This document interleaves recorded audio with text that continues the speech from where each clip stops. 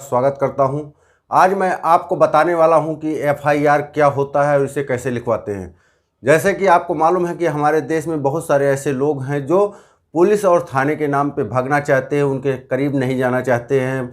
उनके साथ कोई भी ऐसा अपराध घटित हो जाता है तो भी वो शांति से बैठे रहते हैं, वह किसी को सूचित नहीं करना चाहते हैं, पुलिस के पास जाना नहीं चाहते। उनके पास पुलिस की एक छवि है जो ऐसी बनी हुई है जिसमें उनको लगता है कि अगर हम पुलिस के पास कुछ भी इंफॉर्मेशन लेकर के जाते हैं तो वह हो सकता है कि हमारी एफआईआर दर्ज ना करें या उस पर कोई एक्शन ना लिया जाए। अगर वो एक्शन भी लेते हैं तो उसके लिए हमको कुछ ना कुछ पैसे देने पड़ेंगे। तो ऐसा नहीं है।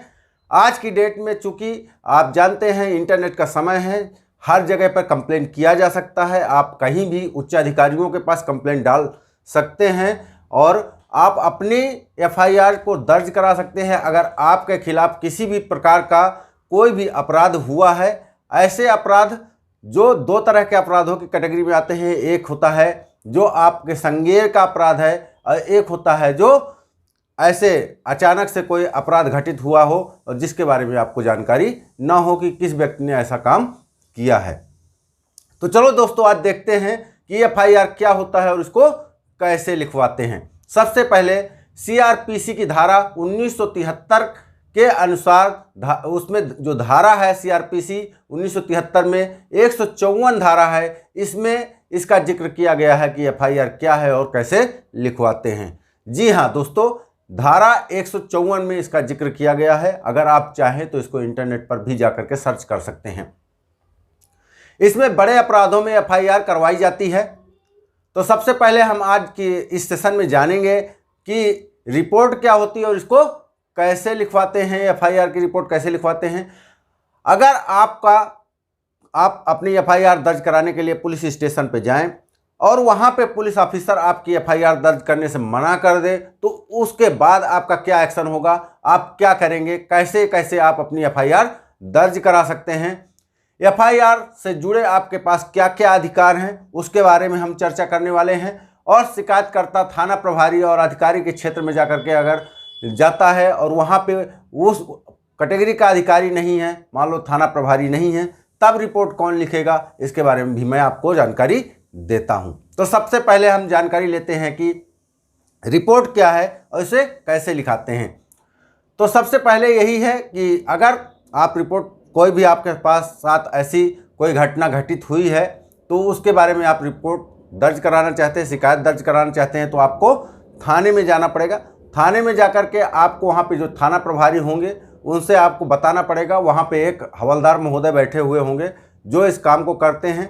आप उनको या तो लिखित रूप में दे सकते हैं अपनी रिपोर्ट कि भाई हमारे साथ ये क्राइम हुआ है, ये इस बंदे ने किया है, ऐसे ऐसे हुआ है, इस घटना इस डेट को हुई है और इस समय पे हुई है, उसके सारी चीज़ों के बारे में आपको जानकारी लिख करके देनी पड़ेगी। अगर आप लिख नहीं सकते हैं या आपको लिखना नहीं आता है तब आप उसको बोल करके बता सकते हैं और वह लिखने वाला व्यक्ति उसको जो भाषा जो शब्द आपने लिखे हैं उसको अक्षर से वैसा ही लिखना पड़ेगा जैसा कि आपने बोला है।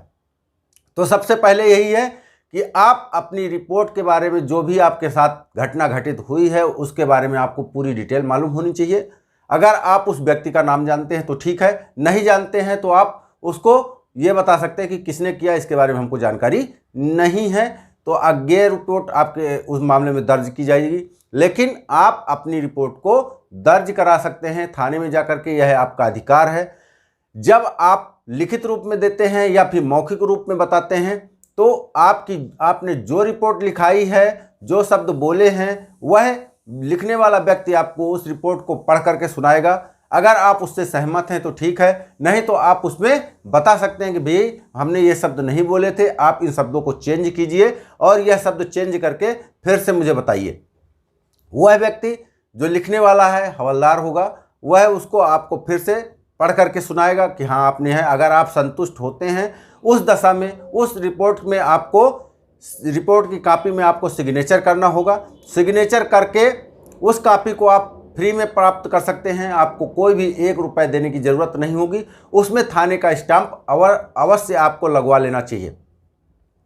अगर अब अगला क्वेश्चन ये है कि मान लीजिए कि अगर आप थाने में गए और आपने रिपोर्ट दर्ज करानी चाहिए, लेकिन वहाँ पे जो भी अधिकारी बैठे हुए हैं उन्होंने आपको डरा धमका करके कैसे भी करके आपकी रिपोर्ट लिखने से मना कर दिया, तब आप क्या करेंगे? तो उस समय आपके पास दो ऑप्शन होते हैं। सबसे पहले है कि आप जा कर के ज़िले में एसपी महोदय के नाम से एक का एप्लीकेशन लिख सकते हैं, या फिर डायरेक्ट आप उनको जा कर के मिल सकते हैं और आपके जो भी घटना घटित हुई है उसके बारे में बता सकते हैं और पुलिस की शिकायत दर्ज करा सकते हैं कि भाई हमारे द्वारा जो भी रिपोर्ट लिखाई जानी थी उसको शिकायत कर सकते हैं कि उसको नहीं लिखा गया है। दूसरा आप क्या कर सकते हैं, आप डायरेक्ट कोर्ट के थ्रू भी आप इसको जो है अपनी एफआईआर लिखने के लिए पुलिस को विवश कर सकते हैं। इसके लिए आपको एक वकील करना पड़ेगा, उसके माध्यम से वह आपको कोर्ट के माध्यम से आपका एफआईआर दर्ज हो सकता है। तो ये दो तरीके हैं जिससे आप कर सकते हैं, या पुलिस के जो उच्चाधिकारी हैं उनके पास जाकर के शिकायत कर दें या फिर कोर्ट के माध्यम से आप कर दें। दो होते हैं। आज की डेट में जो एफआईआर दर्ज किया जाता है वो दो तरीके से किया जा रहा है। जैसे कि आप जान रहे हैं कि डिजिटलाइजेशन का ज़माना चल रहा है। अगर आप थाना जाना चाहते हैं तो ठीक है, अगर ऑनलाइन आप एफआईआर दर्ज करना चाहते हैं तो ऑनलाइन भी कर सकते हैं। तो वहाँ पे आप अगर ऑनलाइन आप करने जा रहे हैं तो उसमें आपको कहीं भी आपको जाने की ज़रूरत नहीं है, आप नेट के द्वारा कर सकते हैं और क्षेत्रीय पुलिस उपायुक्त के नाम से कर सकते हैं। एफआईआर उसमें ऑनलाइन में आएगा, उसमें दर्ज करा करके और उसकी कॉपी आप जो है प्राप्त कर सकते हैं जो भी होगा।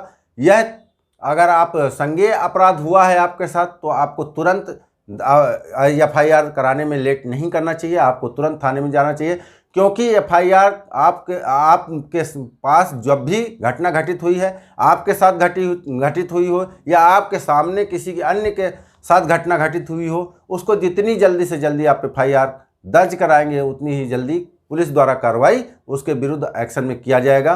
तो यह